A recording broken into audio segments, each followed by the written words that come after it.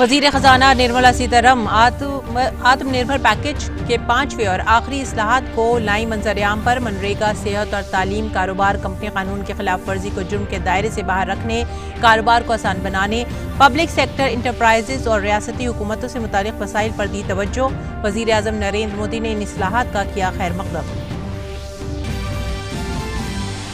मुल्क में रोजगार के मौके पैदा करने के लिए हुकूमत मनरेगा के लिए करेगी 40,000 करोड़ मुख्तस, जिससे करोड़ों लोगों को मिलेगा रोजगार। सेहत के शोबे में इस्लाहात लाते हुए हर जिले में ब्लॉक अस्पताल कायम करने का किया ऐलान।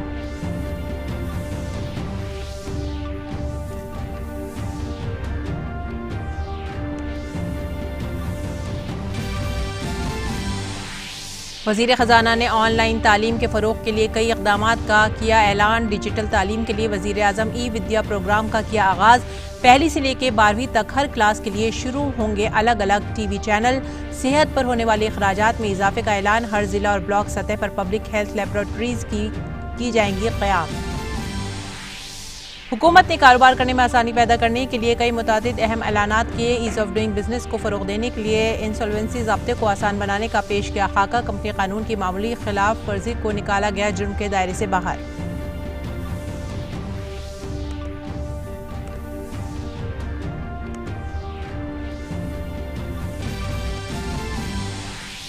निर्मला सीतारमण ने रियासतों को दी राहत। साल 2020 और 21 के लिए मरकजी हुकूमत ने रियासतों को दी जाने वाली कर्ज की हद में 3 से 5% तक किया इजाफा।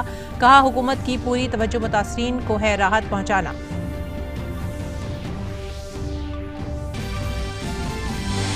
31 मुल्कों में फंसे भारतीय शहरियों को मुल्क वापस लाने वंदे भारत मुहिम जारी। मुल्क के अलग अलग हिस्सों में पहुंची आज भी कई उड़ानें। श्रमिक एक्सप्रेस के जरिए लोगों को उनके घरों तक पहुंचाने का काम भी है जारी।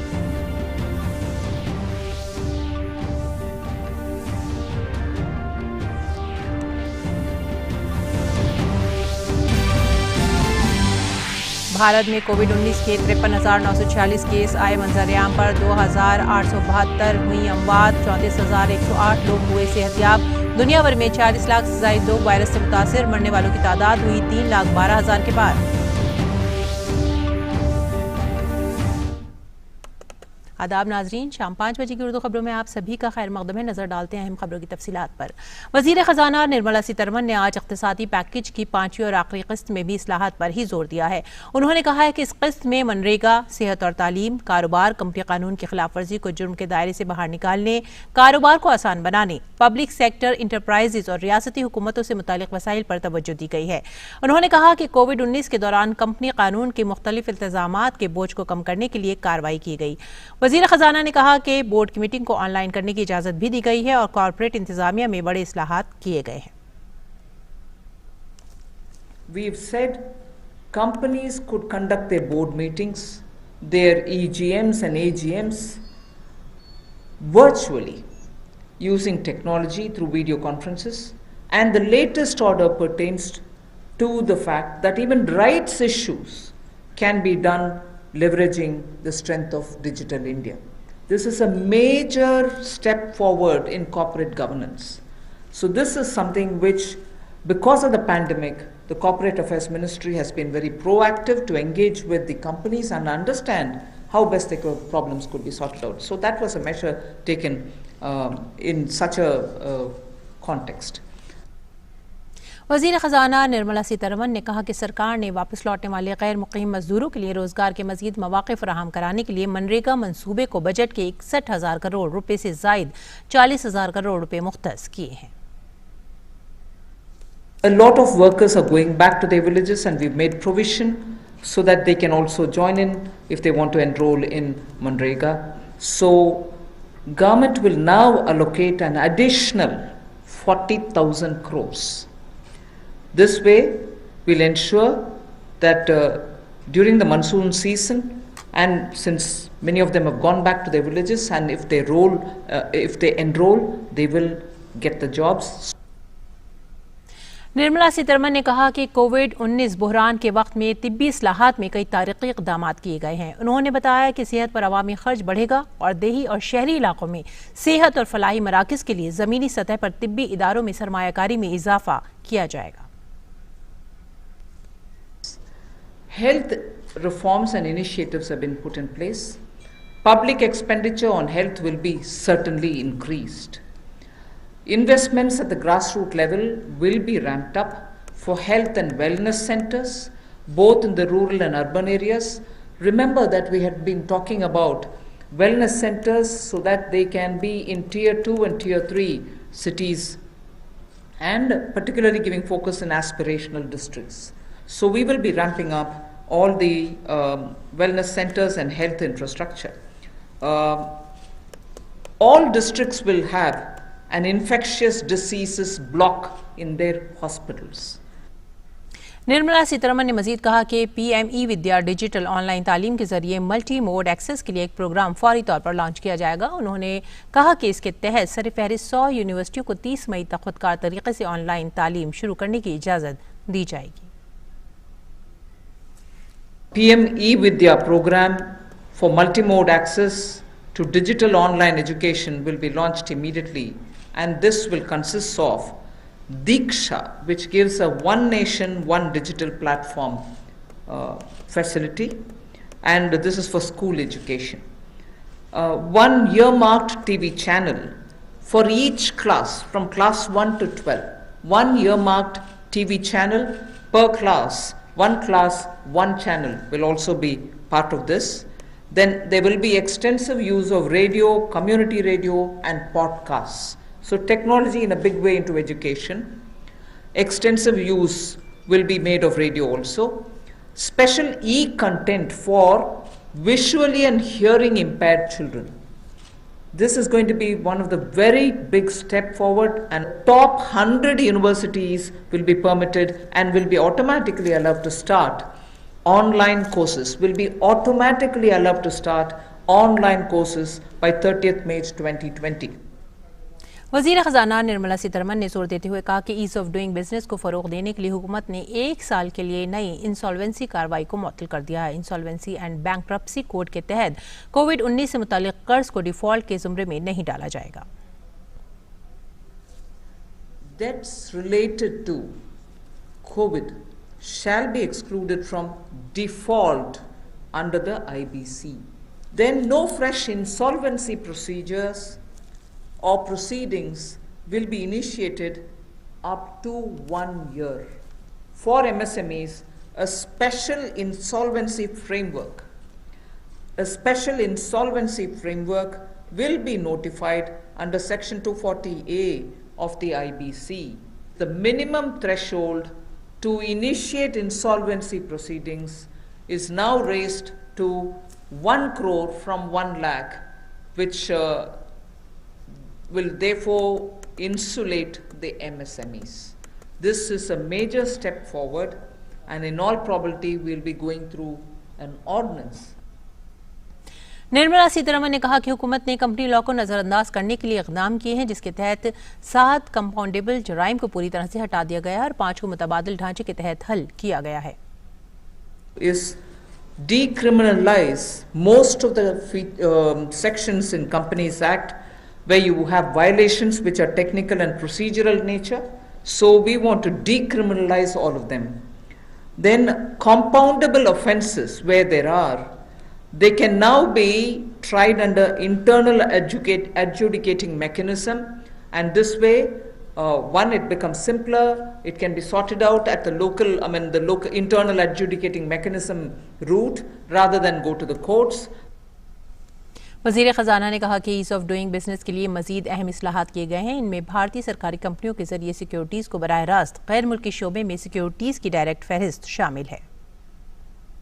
Now companies can list their securities directly in foreign jurisdictions. So this is one big step forward for Indian companies.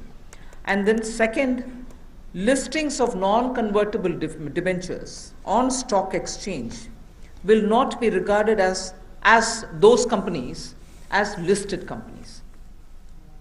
वज़ीर ख़ज़ाना ने बताया कि तमाम स्ट्रैटेजिक सेक्टर में कम से कम एक सरकारी कंपनी को शामिल किया जाए। इसके तहत स्ट्रैटेजिक सेक्टर में हुकूमत प्राइवेट कंपनियों को भी हिस्सा लेने को मंजूरी देगी। We are coming up with a coherent policy wherein private sector will be allowed to participate in every sector available, But of course, public sector will continue, and they will continue to play a very critical role. At least one public sector enterprise will be present in those sectors which get notified. वजीर खजाना ने कहा कि मरकज ने रियासतों के जरिए borrowing में खुसूसी इजाफे की अपील को मंजूर करने का फैसला किया है। सिर्फ 2020-21 के लिए रियासतों की बोरोइंग हद 3% से बढ़ाकर 5% की जा रही है।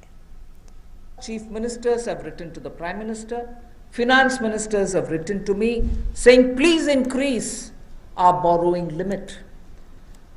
It is now 3% of your state's GSDP. We have now agreed to increase this to 5%. Because it's an unprecedented situation, we have acceded to the demand of the states and increased their borrowing ceiling from 3 to 5%. This will give an extra 4.28 lakh crores to the states. आगे बढ़ते हैं अगली खबर की तरफ। मुमलकती वजीर खजाना अनुराग ठाकुर ने कहा है कि हुकूमत कोविड-19 की सूरत-ए-हाल से निमटने और महाजिर मजदूरों को अपने अपने मकामात तक पहुँचाने के मुख्तलिफ इक़दामात उठा रही है। अब प्रवासी मजदूर अपने घरों में वापस कैसे जाएं? रोज की 300 गाड़ियां हमने रेलगाड़ी उपलब्ध करवाई हैं। जिस राज्य ने जितनी मांग की उसको उतनी उपलब्ध करवाई जा रही है, और इसमें जो मजदूर वापस गए उसमें 85% पैसा केंद्र सरकार ने खर्च किया ताकि मजदूरों पर कोई बोझ ना आए। रास्ते में खाना दिया। मोदी जी ने जहां एक और राशन देने का काम किया 80 करोड़ लोगों को, वहीं पर रेल की सुविधा भी 85 करोड़ पैसा केंद्र की सरकार ने किया। अब जो 8 करोड़ प्रवासी मजदूर हैं उनके लिए भी 35 करोड़ रुपए की योजना अलग से लाए कि उनके लिए भी राशन की कमी कहीं ना हो। तो गैस सिलेंडर भी दिया है। ये अपने आप में दिखाता है हमने कहीं कमी नहीं रखी। और ऐसे 12 लाख लोगों ने EPFO में से अपने 3,360 करोड़ रुपया पिछले 2 महीनों में निकालने का काम किया। ये सब कदम उस दिशा में है ताकि संकट की घड़ी में भारत के किसी व्यक्ति को कोई मुश्किल ना आए। मरकजी वजीर मुख्तार अब्बास नकवी ने कहा है कि इक़्तिसादी पैकेज भारत की तरक्की में मुआविन होगा। ये रिफॉर्म जो है वो आत्मनिर्भर, स्वावलंबी, स्वदेशी भारत के निर्माण की समय सारणी है। अगर आप देखें किसान से लेकर मजदूर तक, खेत से लेकर खलिहान तक, डेयरी से लेकर के फेरी वाले तक, हर तरफ उनके सरोकार, उनकी समस्याओं के समाधान के संकल्प से भरा हुआ ये तमाम रिफॉर्म है। मरकजी वजीर खजाना निर्मला सीतारमन के इक़्तिसादी पैकेज की इस्लाहात पर उत्तर प्रदेश के वजीर आला योगी आदित्यनाथ ने कहा है कि रियासतों को कर्ज लेने की हद बढ़ाने से रियासतों को फायदा होगा। जो सबसे बड़ी बात है कि राज्य जिस बात की मांग कर रहे थे कि FRBM की सीमा को 3 से 5% किया जाए, आज इस मांग को भारत सरकार ने 1 वर्ष के लिए अपनी सहमति दी है। इससे राज्यों को अपने आवश्यकताओं की पूर्ति के लिए लोन लेने की एक सुविधा मिल जाएगी और 3 से 5% की सीमा बहुत अच्छी सीमा है। मेरा अनुमान है कि देश का जो सबसे बड़ा MSME सेक्टर है वह उत्तर प्रदेश में है, तमिलनाडु में है और देश के अन्य जो राज्यों में है। ये देश की अर्थव्यवस्था की बैकबोन है और इससे बहुत मजबूती मिलेगी और रोजगार सृजन के भी ढेर सारे अवसर इससे प्राप्त होंगे। CII के डायरेक्टर जनरल ने कहा है कि इस पैकेज से सनती, इंतहाई छोटी और दरमियाना सनत के शोबे को काफी फायदा होगा। The PSC disinvestment policy for strategic and non-strategic sectors is a very big step towards adding efficiency to industry and economy. We also really welcome the relief which has been given to the companies under the Companies Act and IBC. Honorable Finance Minister has also strategically targeted the package for the poor. And this is very, very important, building health and education capabilities and also unleashing tremendous power of industry to contribute to employment as well as for national development. और SOGM के general secretary दीपक सूद ने भी कहा है कि इस package से तमाम शोबों को फायदा हासिल होगा।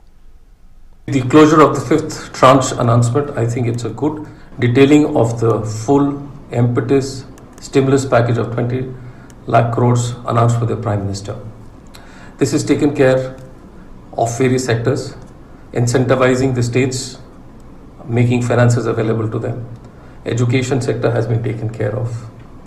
Health infrastructure, making us ready for the future should there be any concerns with pandemics like this.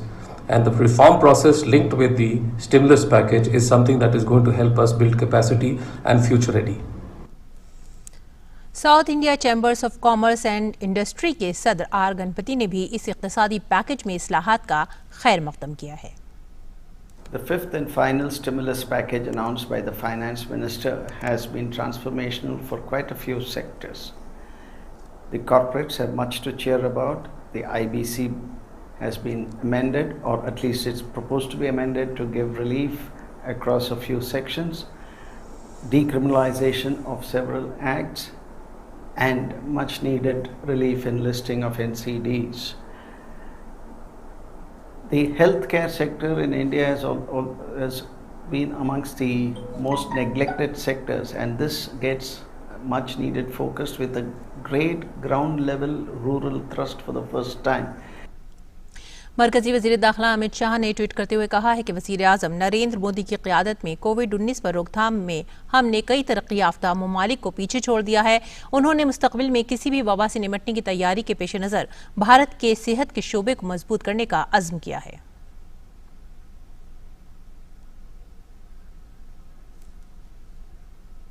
Amit Shah ने ट्वीट करते हुए कहा कि वज़ीर आज़म नरेंद्र मोदी की हुकूमत की आज का ऐलान आत्मनिर्भर भारत के ख्याल को अमली जामा पहनाने में एक तवील रास्ता तय करेगी।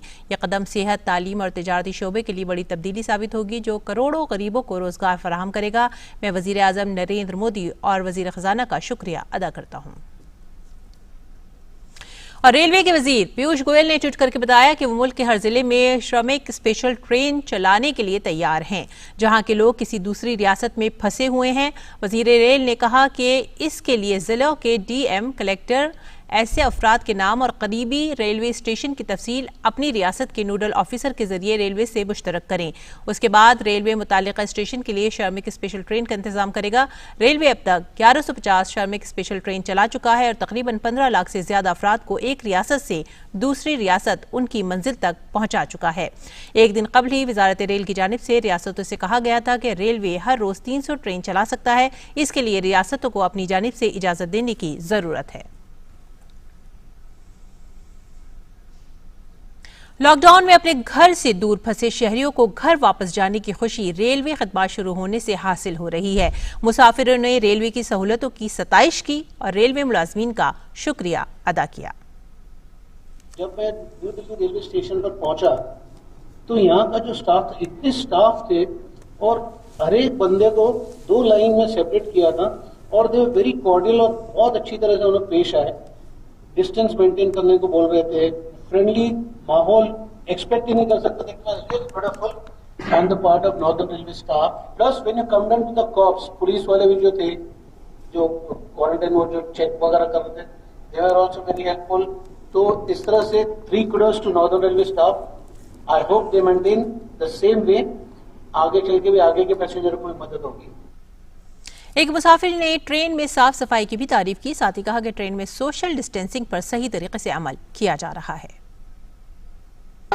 I boarded this train, Rajdhani, to go to my home, Kanpur Central from New Delhi station. As I entered the station, so every rule was followed as per guidelines. Like I was following the social distancing, and all the volunteers were following the social distancing. They checked the ticket, and only the confirmed ticket people were allowed to board the train. And there was proper checking of the temperature as well. And whosoever with a higher temperature was not allowed to enter the station. Only with the normal temperature people were allowed. And train is quite clean, like I can see, but definitely the passengers are following every guideline for their own safety. Thanks to government and railways to drop us home. मुसाफिरीन ने कहा कि इस मुश्किल घड़ी में railway ने इंतहाई कदम उठाया है और मैं इसके लिए वजीर रेल समेत पूरी रेलवे का शुक्रिया अदा करना चाहता हूँ। वो जो फंस गए उनको जाने के लिए रेलवे ने एक अच्छा कदम उठाया जिससे हम लोग काफी खुश हैं। और हमने टिकट किया, ऑनलाइन टिकट किया, जिसमें कि रेलवे ने ऑनलाइन का सुविधा दिया कि ताकि सोशल डिस्टेंसिंग अच्छे से मेंटेन हो सके। यहाँ पे प्रॉपरली रेलवे पुलिस लोगों से सोशल डिस्टेंसिंग का पालन करा रही थी और उसके बाद एक एक करके लोग अंदर जा रहे थे और उनकी थर्मल स्कैनिंग हो रही थी। थर्मल स्क्रीनिंग के बाद लोग प्लेटफॉर्म पे आए। फिर ट्रेन के अंदर भी जब हम आए और ट्रेन में आए, ट्रेन में काफी अच्छी साफ सफाई है और यहाँ पे सैनिटाइजर भी रखा हुआ है। और बाकी रेलवे का हम पूर्णतः दिल से धन्यवाद करते हैं कि उन्होंने एक ऐसा बढ़िया कदम उठाया जिससे कि पब्लिक अपने अपने घर पे पहुंच सके। और अब बात करते हैं मिशन वंदे भारत की। वंदे भारत मिशन के दूसरे मरहले का आज दूसरा दिन है। कल से शुरू हुए मिशन का दूसरा मरहला इस माह की 22 तारीख तक जारी रहेगा। मिशन वंदे भारत के दूसरे मरहले के तहत एक खुसूसी तैयारे से 306 भारतीय शहरियों को लंदन से दिल्ली लाया गया। इससे कबल कल 177 गैर मुकीम अफराद को लेकर एक तैयारा दुबई से कोची पहुंचा।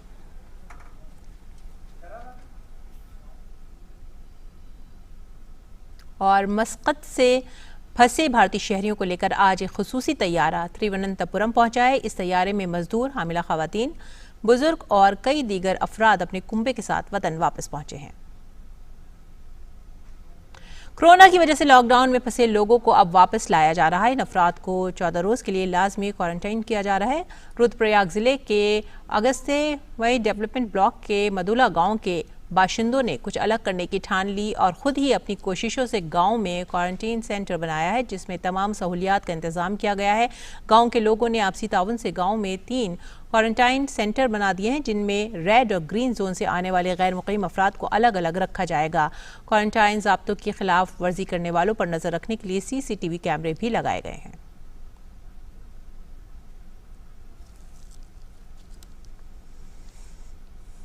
कोरोना वबा की वजह से पूरे मुल्क में जारी लॉकडाउन से मजदूरों को जो मसाइल का सामना था, अब उन्हें राहत मिलनी शुरू हो गई है।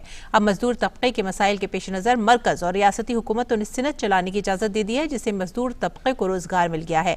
लॉकडाउन के दरमियान हिमाचल प्रदेश के सोलन जिले की सिनत ठीक से काम कर रही है। रोजगार मिलने से मजदूर अपने अपने कामों पर वापस लौट गए हैं, जिससे मजदूरों में खुशी देखी जा सकती है। कंपनी में काम करती हूँ। नरेंद्र मोदी जी की वजह से हमारी कंपनी ये स्टार्ट हुई है, इससे हमारे घर का खर्च जो था वो अब ढंग से चल रहा है। घर का खर्चा चलाना मुश्किल हो गया था और जैसे दुकानें वगैरह बंद हो गई थी तो उसकी वजह से भी हमारे को काफ़ी प्रॉब्लम आई। लॉकडाउन की वजह से जो प्रॉब्लम आ रही थी हमारे को, इसमें देखो कंपनी में हमारे को फ़ायदा हुआ। हमने काम किया यहाँ आके। ये लॉकडाउन की वजह से जो हमारे प्रॉब्लम्स क्रिएट हो रही थी फैमिलीज़ में, मीन्स जैसे कि हमें दिक्कतें आ रही थी मतलब घर खर्चा चलाने के लिए, तो उस वजह से हमारे को काफ़ी सुविधाएं मिली हैं कंपनीज़ की तरफ से। ये लॉकडाउन की वजह से सारी कंपनियां पहले बंद हो गई थी, अब दोबारा फिर चालू हो गई हैं। उससे सारे वर्करों को काम भी मिल गया है और रोज़गार भी चल गया है और सरकार को बहुत बहुत धन्यवाद। दिल्ली में वजीर आजम नरेंद्र मोदी के नाम पर एक रसोई बनाई गई है। इस रसोई में रोजाना जरूरतमंदों के लिए खाना बनाया जा रहा है। कैसी और कहां है ये रसोई, इसका जायजा लिया हमारे नुमाइंदा गिरीश निशाना ने। प्रधानमंत्री जी की रसोई में आप सबका स्वागत है। देश भर में लॉकडाउन है, ऐसे में कोई भूखा ना सोए, इसके लिए अपने अपने स्तर पर काफी काम किया जा रहा है। दिल्ली के देवनगर में भी एक रसोई बनाई गई है जिसका नाम रखा गया है पीएम की रसोई। इस पीएम की रसोई में काफ़ी लोगों के लिए खाना बनता है। क्यों रखा गया है पीएम की रसोई, इसका नाम, इस पर बात करने के लिए हमारे साथ मौजूद हैं स्थायी समिति के पूर्व अध्यक्ष और उत्तरी दिल्ली के पूर्व महापौर योगेंद्र चंदोलिया जी। सर, क्यों रखा है आपने पीएम की रसोई नाम? जब कोरोना का मामला आया तो प्रधानमंत्री जी ने एक आह्वान किया था कि दिल्ली में कोई भूखा ना सोए, और उसके बाद तुरंत पार्टी के राष्ट्रीय अध्यक्ष श्री जगत प्रकाश नड्डा जी ने कहा कि भारतीय जनता पार्टी की नैतिक जिम्मेदारी है। भारतीय जनता पार्टी ने 8 तारीख से लगभग 2000 लोगों को, यहाँ पर एशिया की सबसे बड़ी मार्केट टैंक रोड है और टैंक रोड में हजारों लोग जो है काम करने वाले, सिलाई मशीन वाले, प्रेसिंग करने वाले लोग हैं। सुबह 6 बजे हमारी रसोई प्रारंभ होती है। प्रधानमंत्री मोदी जी के नाम की रसोई है जिससे सब लोगों को खाना मिले, और हमारे सारे भारतीय जनता पार्टी देवनगर मंडल के कार्यकर्ता लगातार सेवा करते हैं और 2000 लोगों को रोज हम खाना खिलाते हैं। सामाजिक दूरी अपनाने के लिए बहुत बड़ा चुनौती होती है, उसके लिए क्या कदम उठाते हैं? देखिए, उसके लिए हम यहाँ पर लोग 10 बजे से लोग यहाँ आकर बैठ जाते हैं। अगर आप देखेंगे तो ये हमने गोल निशान डाला हुआ है, आगे लाइनें डाली हुई हैं और हम जो है इन लोगों को एक टोकन देते हैं। पीएम की रसोई में करीब 2000 लोगों को खाना खिलाया जा रहा है और ख़ास तौर पर सामाजिक दूरी का ख्याल रखने के लिए इनको टोकन भी बांटे जाते हैं। कैमरामैन शंभू मिश्रा और मेरे सहयोगी विक्की राजपूत के साथ गिरीश निशाना, डीडी न्यूज, दिल्ली। आगे बढ़ते हैं अगली खबर की तरफ। गिरदावी तूफान एम्फन के मद्देनजर एनडीआरएफ ने अपनी टीमों को ओडिशा और मगरबी बंगाल के कई अजला में एहतियातन तैनात कर दिया है। एनडीआरएफ के सरबराह सत्यनारायण प्रधान ने बताया कि ओडिशा में 10 टीमों को तैनात किया गया है, जबकि 10 से ज्यादा टीमें तैयारी की हालत में हैं। मगरबी बंगाल में 7 टीमों को तैनात किया गया है और यहाँ भी 10 से ज्यादा टीमों को स्टैंड बाय पर रखा गया है। यह एक सीवियर साइक्लोनिक स्टॉर्म के रूप में उभर रहा है और आने वाले 24 घंटे में वेरी सीवियर साइक्लोनिक स्टॉर्म का रूप ले सकता है। एनडीआरएफ की तरफ से पूरी एहतियात बरती जा रही है और टीम्स को राज्यों में भेज दिया गया है। उड़ीसा राज्य में 10 टीमें भेजी गई हैं और 10 से ज्यादा टीमें स्टैंड बाय में हैं। पश्चिम बंगाल में 7 टीमें भेजी गई हैं और 10 से ज्यादा टीमें स्टैंड बाय में हैं। एनडीआरएफ पूरे सिचुएशन पर नजर बनाए हुए है और सभी एजेंसीज के साथ समन्वय में काम कर रही है। राज्यों के साथ, राज्य के डिजास्टर मैनेजमेंट डिपार्टमेंट के साथ, आईएमडी के साथ और सभी स्टेक होल्डर एजेंसीज के साथ। एनडीआरएफ की टीमें या तो अपनी जगह पर पहुंच चुकी हैं या पहुंचने वाली हैं। जो भी सिचुएशन डेवलप करता है उसी के अनुकूल कार्रवाई की जाएगी। और आइए बात करते हैं माह रमज़ानुल मुबारक की। नाज़रीन, जैसा कि आप जानते हैं, माह रमज़ान का तीसरा अशरा जारी है और इबादतें अपने उरूज पर पहुंच रही हैं और ऐसे में लोग रमज़ान की ईद से कब्ल ज़कात का हिस्सा निकालकर गरीबों और मिस्कीनों में तकसीम करते हैं, जिससे वो माल पाक व साफ हो जाता है। मौजूदा कोरोना वायरस के इस बुरहान में इसकी अहमियत और भी बढ़ जाती है।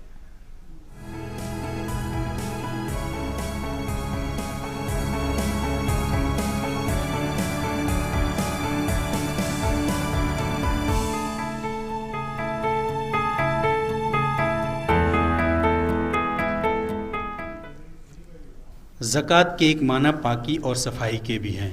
अपने माल से एक मुअय्यना हिस्सा निकाल कर गरीबों, मिस्कीनों और मोहताजों को देने से वो माल पाक साफ़ हो जाता है और माल के पाक हो जाने के साथ ज़कात देने वाले का नफ्स भी पाक हो जाता है, क्योंकि इंसान को माल के साथ मोहब्बत होती है। उसकी वजह से गरीबों का वो हक़ जो अल्लाह ने बंदों के माल में मुकर्रर किया है, उसकी अदम अदायगी से इंसान खसारे में पड़ जाता है, जिसकी वजह से इंसान में बुखालत और कंजूसी पैदा हो जाती है। अल्लाह ताला ने इंसान को ज़रूरत से ज़्यादा माल व दौलत देकर उस पर कई तरीके के एहसान किए हैं, लेकिन शुक्र अदा करने के बजाय उसका दिल तंग हो जाता है और अल्लाह के एहसान के बदले उसका हक़ अदा करने से उसका दिल दुखता है, तो ऐसे शख्स का माल भी नापाक हो जाता है। इसके बरखिलाफ़ जिस शख्स का माल ऐसा हो कि वो उसको आखिरत कमाने के लिए, अल्लाह को राज़ी करने के लिए लगा रहा हो और अल्लाह के दूसरे मोहताज बंदों पर खर्च कर रहा हो, तो वो माल उस बंदे के लिए बेहतरीन और सूदमंद साबित होगा। और अगर माल सिर्फ दुनियावी लज्जत के लिए रख लिया गया हो तो वो नुकसानदेह होगा। मौजूदा सूरत हाल में जहाँ कोरोना वायरस ने दुनिया को साकित कर दिया है और आम जिंदगी मफलूज कर दी है, ऐसे में गरीबों और मिस्किनों की मदद काफ़ी अहमियत इख्तियार कर जाती है। Bureau report, DD news Urdu खबरें।